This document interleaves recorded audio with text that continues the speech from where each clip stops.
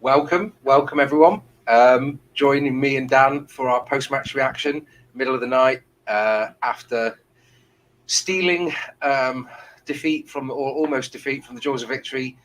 We walk away from Elland Road with a point. And on the one hand, I feel kind of glad that we didn't get tonked. And on the other hand, I'm kind of disappointed that we didn't sort of get the 3 points because it could have really gone either way. Welcome, Dan. Thank you for joining. How are we doing? Again. We're back. Get in the comments. Where are you? Drop your thoughts. Welcome everyone. I was just looking. There's not many in the comments yet. Get here. Get online and drop some of your thoughts in the comments. Well, Brian's already said one word: subs. Did we make any substitutions? No, we didn't. And I'm the same as well. I did just say to you before we come on this, Jan, like I would have brought Alan on for Davis. Not that Davis didn't play well. He was on a yellow card, and I would just brought Alan to sit in the number 6 and get us on the ball. I generally would have done that. Charles has said sack the 5 at the back off if the personnel isn't there, like today. Garner in for Davies to mop up and another striker to play off, and we'll be fine. To be fair, I thought the same thing. The way we played with 4-3-3, for me, was a lot more balanced across the pitch. I mean, what I will say is we defended very, very, very well. Yeah, Barry Grobfrey's just said Nathan Patterson, absolutely brilliant. He got the man of the match from the TV, whatever. For me, everything. What I've got to say is I was writing down, I've got my 4 pages of notes through the thing, like saying what's going on. Everything for Leeds came from their left, whether it was down the left side or a ball diagonally or forward to, as Aronson or Harrison on their left wing. Yeah, he is the main boy, Harrison is, to be fair. Patterson had a hard job. Macca said Iwobi was superb again. He was. Yeah. I was pleasantly surprised. Well, I wouldn't say surprised. Pleased with Davis.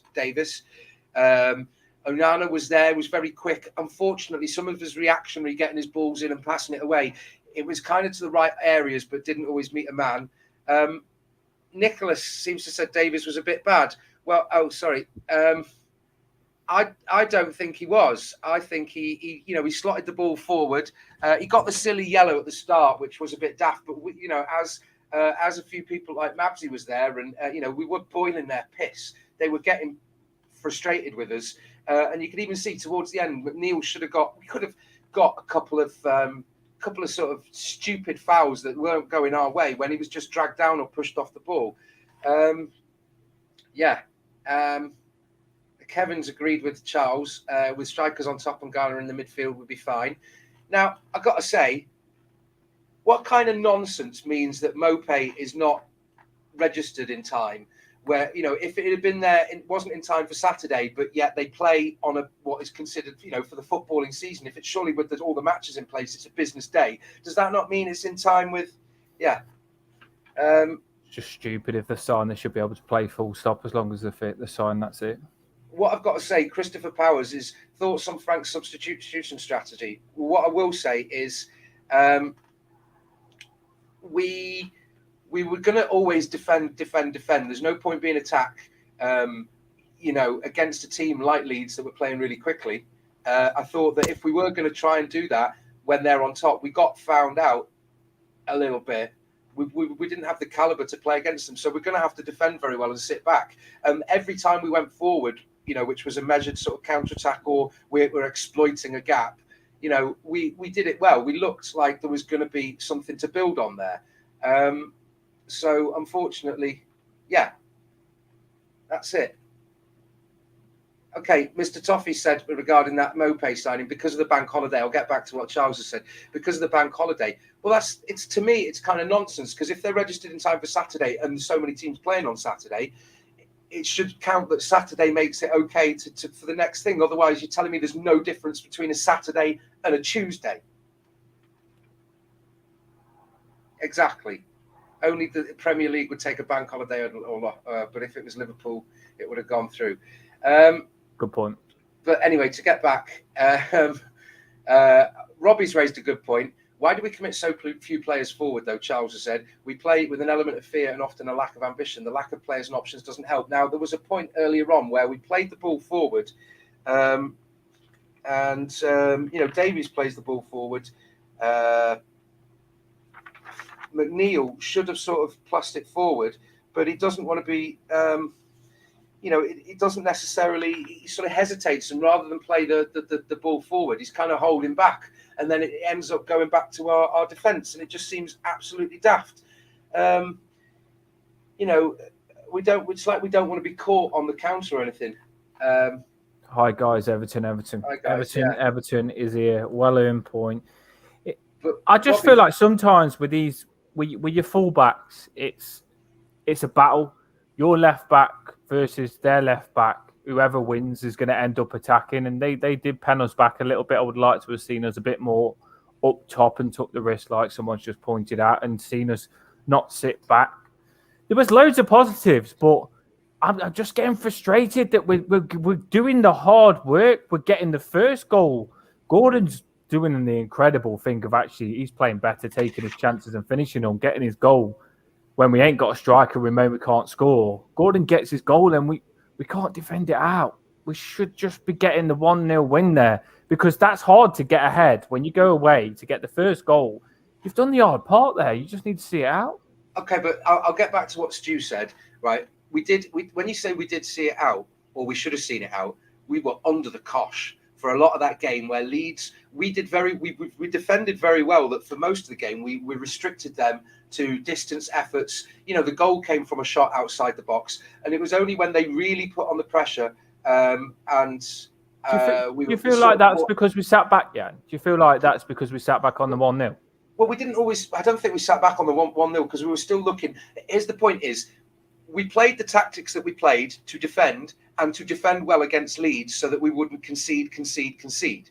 Now, I don't see the point in changing the tactics and jeopardising the foothold that you've got in the game, even if it means less possession and less dominance. If we got to that point and we were in front for 45 minutes or so, half the game, it's equal. It just. I feel that Iwobi, Onana and Davies and McNeil and Gordon and Gray were running forward and covering and chasing, closing down midfielders when they received Leeds midfielders when they received the ball with their back to play. It is a danger. So it's a dangerous game holding on for 1-0. But I think it's foolish to change the tactics sort of even for the last 5 minutes. Okay, their goal was Pickford unsighted. And a lucky break. Ordinarily, 9 times out of 10, 19 times out of 20, whatever you want to say, Pickford saves those kind of shots. If we restrict them to that kind of distance, and Mo kind of makes a good point. We scored and we were the first to score. And ordinarily, under the cosh, I was thinking, that we weren't necessarily constantly under threat. But did you feel the same way that you did last season, that this is just going to go the wrong way? Because I thought we had something. No, I generally did think we could hold the 1-0 out. I did. I felt like we was pretty solid. It was a nice. There was loads of positives. The centre midfielders. There was a nice rotation with Onana and Iwobi, where sometimes one went forward and the other sat back. So it looked like there was good communication in the centre midfield. We looked better in defence. We looked less shaky. The formation was better, and I think that's what a lot of people are happy about. The formation was better. Fact is, if Davis had a good game, but if you replace Davis with Garner Gay, then it's a different kettle of fish. He would have stopped that goal. Davis played well, but Garner Gay would have stopped that goal because he seeks out those shots on the edge of the box and blocks them. So Maka says one win in 20 away games though is piss poor. Having said that, we're losing fewer away games. I will just say that, I can understand your sentiments, but we're not the team that we want us to be. It's frustrating though sometimes because it takes. This is how I thought about it. This is a bit of a negative on it. It takes 3 draws to get 1 win, and I know that's a simple thing to say, but you can have 3 games, work your ass off for a draw, for 3 games, and just 1 win can get you what you've got for that, and you put so much work into it. The 3 points is massive. And the issue is, though, in terms of building togetherness and it being a relatively unchanged lineup, apart from obviously Holgate's injury concern, no subs for a reason, giving the board and the players a message. Well, for me, sometimes I understand the fresh legs, but if it ain't broke, don't fix it, because you could bring on an unknown quantity that changes the game, especially when it's a change in formations and tactics that means that we end up dropping back. But Stu does make a good point here. 4-3-3 gave us a point. 4-2-3 would have cost us 3 points. That's, he's talking about transfers as well. Thinking about it logically, if we'd have been where we were at the start of the season, and hidden Geof, I didn't know what he was meaning there. Hey, Jan and Dan. Well, but okay. So what I'll do is we're building. Well, Mo says we're building a backbone. Brian says we were never going to win the game 1-0. As the way things were going, we always needed a second goal. Well, let me just show you something as a point of contention, and I'm going to be a bit of a shithouse here, but it is what it is. I'm sharing a screen or whatever it is. Here we go. Right. I'd just like to discuss this. You can see this. It's a download I got of the offside. Right. You can see that, Dan, yeah? You think you're a professional at it, yeah? Well, yeah. Well, VAR is here. We are the VAR box. Can you see my little hand, the cursor? I can see it, yes. Yeah. It's foot. There's where the red line goes up for the Everton player. What is that? The elbow. So what? You're telling me that the part that the player can't score with is offside? It's crazy, isn't it? You score with your hand. How can your hand be offside if you're not allowed to score with your hand? It's stupid. That was his foot was behind his foot. He wasn't offside, was he? Let's face it. He could have timed his run a little bit better, but still, that I felt like that wasn't offside. And it went really quick as well. They didn't look at it long, did they? It was like straight away. No offside, straight away. Just a quick one as well. Jason says he's off to bed soon. Is the channel doing anything on deadline day? Yeah. Thursday evening we'll be on from before the end of the deadline until after deadline. Because we're keeping this short. 11. But yeah, thank you. Maka says never off that. And that I was my neighbours are red. And I feel sorry for him being a red, but yeah. And there you go. And this is a gentleman who speaks from a lot of experience and a position of, authority on that. But we all know. You're right, Rob. It's frustrating. Isn't the rule any part of the body over the line equals offside? Yeah. If that is so, then what about Dan James's handball, where in the ball through from the ball in that Onana missed that chance towards the end of the game because you watch it on TV and the ball hits Dan James down there. So is that not an automatic penalty?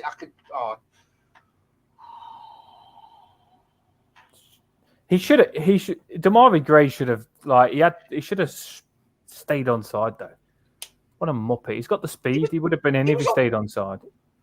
No, he was on side anyway, I agree, but I'm just saying he should have made it clear that they couldn't have even nabbed him on it. Stupid. Should have stayed on side, because if we would have got that goal, it would have been 2-0 and we would have done it then. We would have beat them. I've got to apologise. I think Geof may be suffering from technical difficulties. He was meant to be joining us and do apologise because he probably would have had some more calm and reflective things to say, whereas I'm just... To be fair, Jan, you're quite positive. I can't be as negative as I was last time because I feel like you're positive. Hugh seems to think Frank's really clueless. Our attackers only have 70 minutes in their legs. By playing them all from the start, we screw ourselves. He's needed to be more... Should have made a sub. He should have made some subs. He should have brought Allen on in that number 6 position. He definitely should have done that. And Bob says he needs to use subs. It's nuts. Why have a bench if we're not going to use it? Probabilities on holidays. We're riding Lady Luck, right? I did write down in about 70-odd minutes. I was like, where the hell are our substitutions? That was it. I'd written 73, 74 minutes. Patterson's been absolutely phenomenal. Where are our substitutions? I mean, agree. There still was subs to be made. You could have brought Coleman on in McNeil's position to help Patterson out when there was a lot of their attack was down that side. So you could have brought Coleman on there. You could have brought Allen on for Davis because Davis was on a yellow card and Davis can't put a tackle in knowing that he could get a red card and loses the game. So that Allen should have come on for Davis 100%. I mean, my wonder as well was Patterson when he went forward in the 83rd minute. And he got that ball, which was I've got to say as well, was a great ball from Davies. Davies fed some balls right through to be like on goal side and foot side, but he fed this across, perfect spacing. Patterson should have smashed that first time. And if not, he should have played it across the 6-yard box for Gray running in. I don't think Mikolenko's bang average. Thus spoke Mike. I think he's, he's growing into a player, like, to be fair, and he's probably got... Anyway. I don't think Mikolenko like stood out today, but generally nothing was done down that side. And their right back was a shithouse one. He was quite good, so maybe that's the reason he didn't get forward. But well played Gordon going head to head with him, where Gordon went head to head with him and didn't take the shit because he tried to freaking give Gordon a full on head to head there, and Gordon I thought would back off of him being like not the biggest frame, but he didn't. So I'm loving Anthony Gordon at the minute, Jan. I really, really, really, really, really like Anthony Gordon at the minute. He is growing. Brian said with that, though, that first time, every time, because you can't, I think I heard it on TV, and it's something I've heard before, you can't make a good chance better. I mean, if it's a chance, you take it. Like, for instance, that second goal, if that was a good chance, we could have pushed on. Leeds would have been maybe a bit more insistent and a bit niggly and a bit more physical. And we probably could have got, a second yellow for them because Llorente and Koch had, had yellow cards, didn't they? It was just... Yeah, there was yellows all over the place, to be fair. Like you say, you could have got out more. It's... two strikers up top and Gay, and we would have won that. I kind of... But Mike says... So in that context, Mike says our fullbacks need to offer things going forward. Patterson looks promising but loses the ball sometimes. I think that's kind of part and parcel of...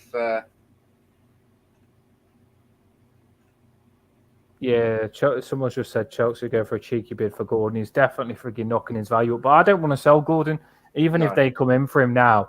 And I said this at the start. I know my frigging football well, and I can see when a player's going to frigging shine. I knew Anthony Gordon. I called it, Jan, before he scored. I said it'd be good.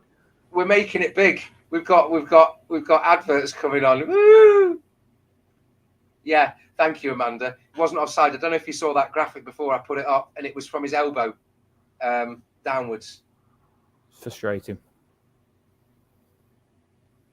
If anyone's on that hasn't liked and subscribed, then jump on, get on the subscribe button. Carl's made a good point. It was good to see a bit of shithousery from all our players today. Would have lost that last year.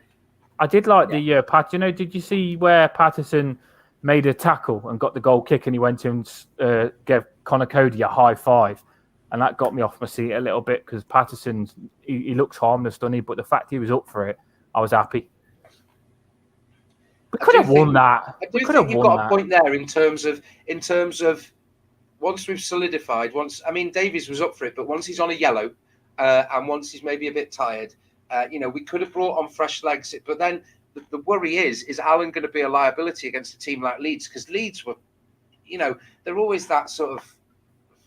I don't want to be stereotypical. I just read who slew Scant's comment about Gordon. I keep hearing this. I don't get why people do this because they literally just want to put a downer on a player when he's playing well. Like generally, Gordon he's only scored 2 goals. How many goals do you want him to score in 4 games? Is it 4 or 5 games? How many goals do you want him to score? He's a winger. He's not a striker. He's a winger. He's scored. He's took that goal last game. Absolutely fantastic and scored more clinical, showing his quality. He's come on this game and scored when he shouldn't have scored and took it again and scored again. But Gordon is getting good, and Gordon assisted Patterson. Just to show you again, someone else as well. He's assisting players as well. Gordon's class. And if I want to get excited about him, I will because you've got to big players up when they're playing well. You don't need to always think, I'm going to wait for him to not play well because he's not going to play well. There we go. There's the footage. Look, here we go. There we go. That's that's the kind of stuff I was working with. It is frustrating, isn't it? Because I'm not being funny. If they actually gave that onside, I don't think Leeds would have moaned that much because it doesn't look onside to me at all. Offside to me at all. Sorry. So at what point is Is that part of your body acceptable to be playing football with? It doesn't even look like his arm is offside. It looks like his arm is still level with his foot. Crazy. Yeah. Jan's going to print that out and he's going to put it, well, we were just going to post it everywhere. Was that Lamptey, Blue Nose? No. Was it Cucurella? Sorry. Yeah. David said his feet are onside. Kevin said Hugh says he's offside. Look, either way, he's given offside. But it just shows. It goes to show, though, those sort of margins. All right, Stu's asked me to put it up. Last time, third time, it's coming up. We're going to take you to the VAR box here, right? And we'll be the VAR people. So hey, Kadeem, hey, Rich. We're just looking at the VAR. I know it's any part of the body. So let's get the VAR footage in. We're in the box now. Me and Jan are the officials. That red line goes up from like the shoulder and the or the edge of the top of his arm, and that sort of thing down, that area down, but like his lower arm, which you can't play football with that side. It's like, are you going to do it if a hand is offside? That doesn't count as offside. It's so close, isn't it? The thing is Gordon could have played that just a bit earlier, the little shitbag. But I still feel like it should have been given as a goal. Could have won that. Should count. Definitely. Agree with you in the comments. It should count. The law states that a player is in an offside position if any of their body parts, except the hands and arms, are in the opponent's half of the pitch and closer to the opponent's goal line than both the ball and the second last opponent. So the last opponent is usually, but not necessarily, the goalkeeper. So the hands and arms do not count. Go on, Jan. You go and get on, mate. Got him there. Is that... Yeah? We've been cheated. We have been cheated. The VAR box... Nicky has probably seen the post-match interviews and all the bump on the TV. The Leeds manager said at the end of the game he wouldn't have been surprised if the goal had been given. Yeah. Was he saying that because he just thought that we're idiots, or was he saying that generally? Or was he saying that because it was onside? Okay, what is offside in football? All right, okay. I'm going to just do this again. And it's, I don't know if you want me to go to Wikipedia. Well, I'm doing it on Wikipedia, which is moderate or whatever, but I'm just going to share screen, Chrome tab, offside. Right. So what you can see here, the law states that a player is in an offside position if any of their body parts, except the hands and arms, are in the opponent's half of the pitch, which they were, and closer to the opponent's goal line. Hands and arms. And they should have taken a referee course to know the rules. So they should know these rules as soon as they put those lines up. And he was offside by his arm, if it was even his arm. His foot was never offside. What a joke, man.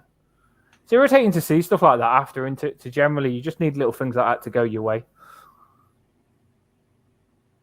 Kind of salt in the wounds, that is, isn't it?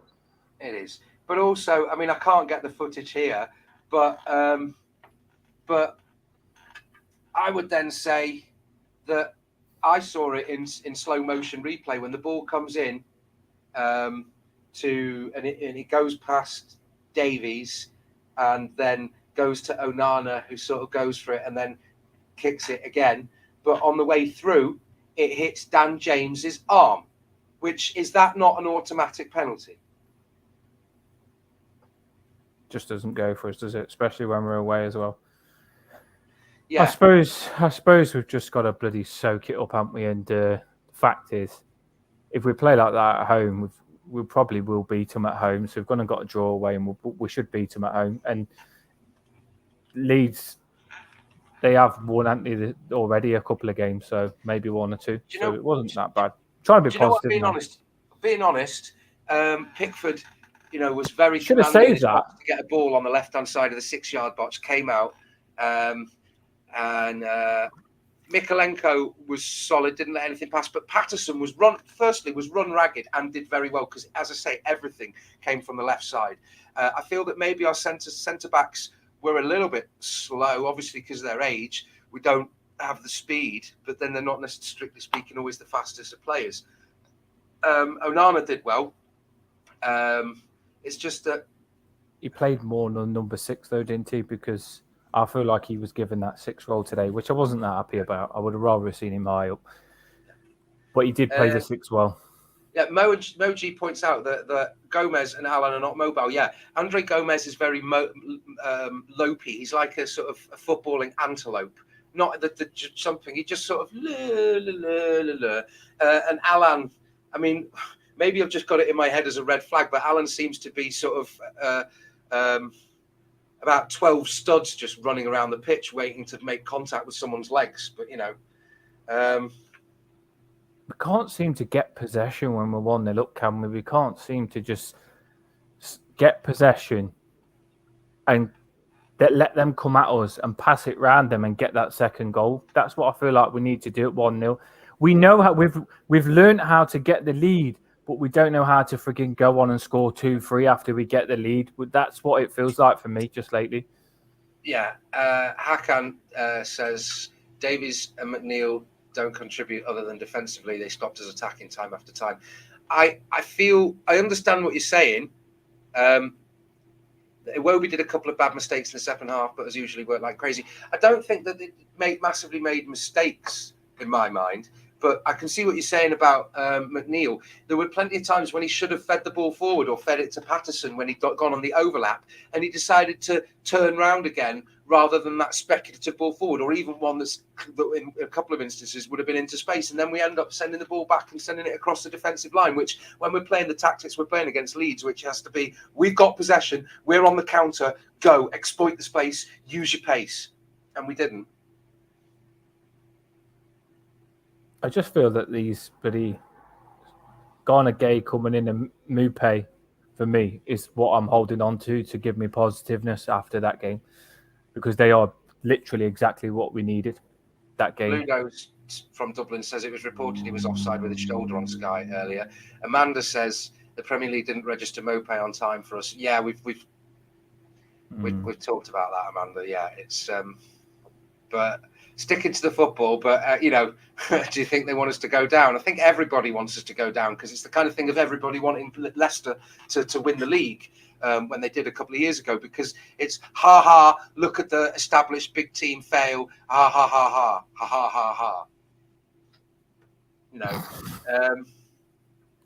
Not gonna happen. We ain't been bad though. Generally, we've played a lot of teams now, and we've been what, 1 goal away or something like that, or drawed most of them, so we ain't been that bad. I don't think we're going down. Lack of subs by Lamb. What did you think of the lack of substitution? Yeah, I felt he should have made subs. He definitely should have made subs. Well, who and when would you have done that though? Would you say Davies and brought on Alan? I would have subbed Davies at half time because he's on a yellow card, and literally, if you're playing that number 6 role, you've got to put tackles in. Sometimes it's going to be 50-50 chance of a yellow card. Davies wouldn't have put those tackles in because he knew that he could have got a red card if he did it. So you just got to take him off. And I generally feel, I know a lot of people don't like Alan, but Alan with the legs of Iwobi and Onana could have sat in that number 6, and he has got the experience. He did it for Napoli as a free in midfield. He could have just got us on the ball and seen it out. He does stop. He can see out the danger. That's what Alan does in a free of centre mid. So I would have brought Alan on, and I would have brought Coleman on the right, because he's got the experience to get on the ball as well. I would have brought him as the right wing back to help Patterson, because they was coming down that side. Because the two people that, like I say, Davis was in trouble of getting a red, and who's the other one? McNeil looked like his legs were going a little bit, so I would have swapped him for Coleman. I definitely wouldn't have made no subs. Even they made loads of subs, yeah. Well, Nicky, by the way, Nicky, I know you sent me a message on Twitter. I've only just seen it today because I've just been away with lots of personal stuff. Nicky's always on here, and we may well be seeing more of her. Fingers crossed. Speak to Ryan. Can you hear that? Yeah, I can hear your dog. Is that your dog? Yeah, it is my dog going absolutely mental. I think who let the dogs out? Bloody cop-outs. She's frustrated. She's like, get back here. You know what? Give me my dog food. But I think we've kind of talked that to death. I mean, it's good to see you. Who wants to see me dog? Do you want to see me dog? No, Yeah, no one wants to see go me on dog. then. Do you get your dog out? Are you getting your dog? You get your dog and I'll get my dog, yeah? Yeah, go on. Are you on about an actual dog? This isn't a euphemism because I don't want to get us banned on YouTube, mate. No, I'm going to get my dog if I can get her. Right. Well, everyone's just going to stand here and not bloody say anything. Can one of us stay?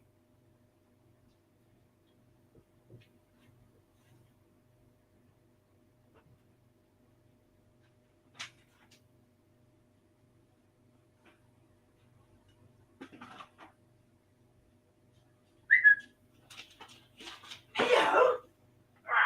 Come on. Come on. Bloody hell. Hello. You got your dog. Hello,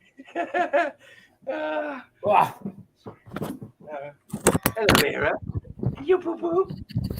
Yeah, no one cares about dogs. Here we go. I'm getting attacked by my dog. There we go. We've both got white-faced dogs as well. What's yours, Dan? Polar bear. Oh, Susie the polar bear, look. So get your coat on, get moving. I should knock my headphones out.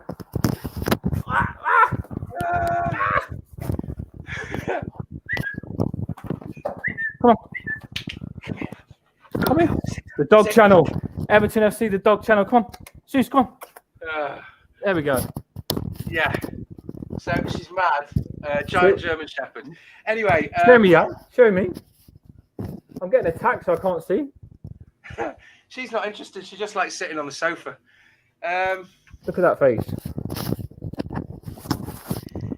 Oh, God. I think that so was if kind of, you get frustrated and you get a draw when you was 1-0 up, just get your dogs out to make you feel happy, look. Can't feel sorry with that face. Right. I think we've discussed it to death. Dogs of war, Yan, dogs of war. That is it. Dogs of war. We got a point. There you go. It was 1-1. We should have got a second goal. We didn't. We could have easily seen ourselves in a previous position get absolutely battered. I mean, you're looking at the stats. We had 7 shots, 2 on target, one of which was the goal that was disallowed. I mean, do they even count those stats? I don't know. Probably not. Yeah, it just... We generally could have won. It baffles me. We had 30% possession, which I've got an issue with because they only count possession based on the number of passes. You know, I mean, they didn't have a corner until sort of half an hour, 40 minutes in. We only had 2 corners, which shows something. I mean, their corners came in flurries of periods of attack, but we did very well to hold it off. But then we didn't have corners, which shows that we're lacking that. We're not holding the ball up there.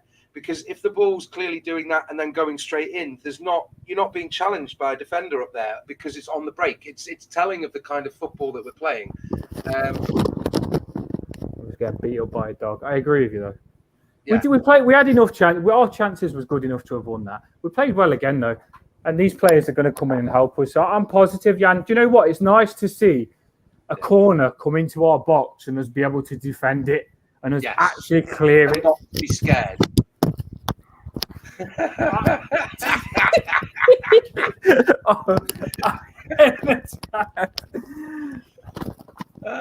Right, dogs are not made for channels. Susie? No, not at all. Yeah.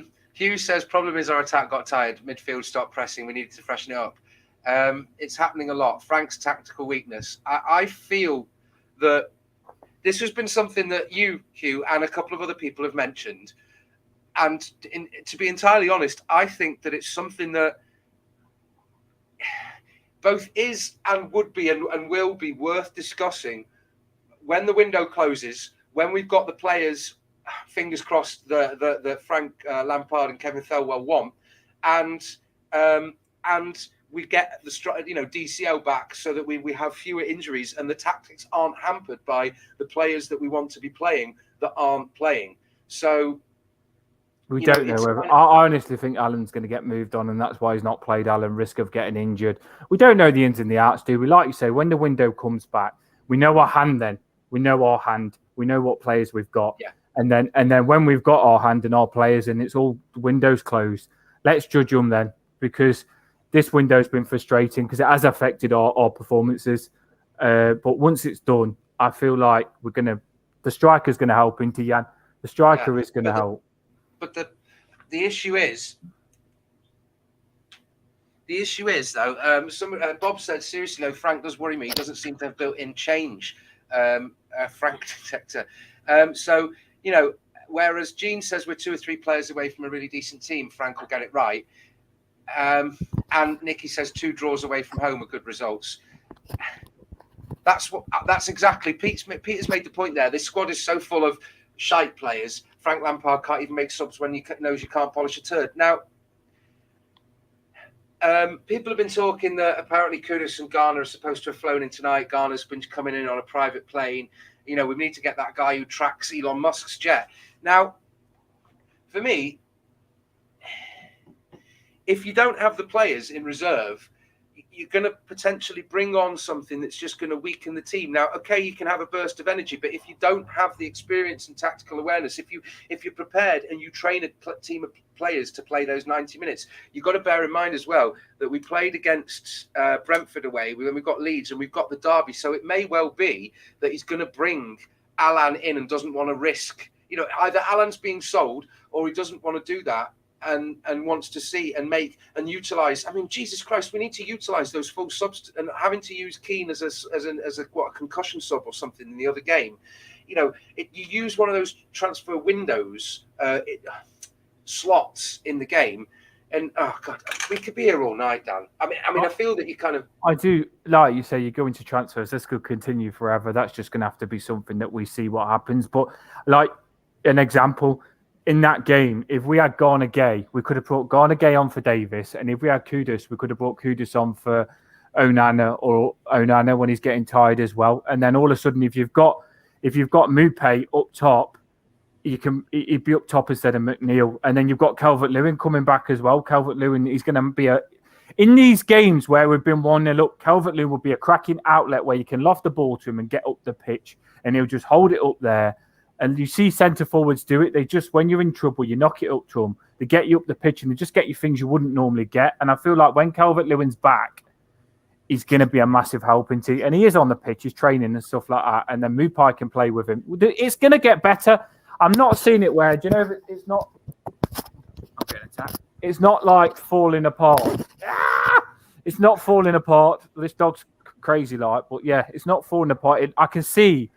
At the picture, Jan, I can see the picture and I can see where we're going, and it's definitely a better direction than where we was going last season, isn't it? It is. Yeah, I mean, last season was almost going down, and it just is what it is. Who's in your baby? Are we going to do better? We're going to do yes, we are. The dog channel, the dog whisperers. Eugene, you might have joined us a little bit late. Do I think the great goal was offside? We've done that. I've shown a graphic. It was basically his elbow, like sort of shaving of his arm, and there. I've shown the offside rules. So according to the laws and according to the graphic, it wasn't offside, but it was given offside. So that was a good graphic. That was, Jan. And now you made us smaller on the side to proper VAR it. I like that. I did like that. Good little. We can do that going forward. This channel's good. Anyone that's on this channel, just get on the subscribe button. Get on it. Yeah. But thanks for joining, guys. Do like, subscribe, and we'll be doing a transfer deadline thingy all Thursday. Well, not all Thursday. We're getting as many of us in and out and rolling on the teams, talking about not just Everton, but who else. And obviously that can have the knock-on effect of if we're a team has lost a player in that position that we're linked with. You never know. We'll do player ratings tomorrow as well when we've just nicely chilled. I think player ratings straight after a game when you feel like you could have won is wrong. We'll do it tomorrow when we're chilled and you can proper just come out of it and see it properly. But Thursday transfers, we're probably going to do the derby preview on Friday because we'll be all talked out on Thursday because we'll be here till 11:30 at night. There or thereabouts. Deadline slams shut at 11 and then news trickles in afterwards. If there's any that we miss, it's not very likely that Everton will have made some sort of £80 million bid for someone that's just going to be announced at 5 to midnight as the paperwork's done through. I mean, don't expect too much. We love you too. We love all your comments. We love you for joining us. We really appreciate it. Yeah. We're going to shoot now then. Love you all. Breathe in, breathe out. Up the fucking toffees. We go on. Frank has a plan. Trust him to produce. Amanda, we go on. Thank you very much.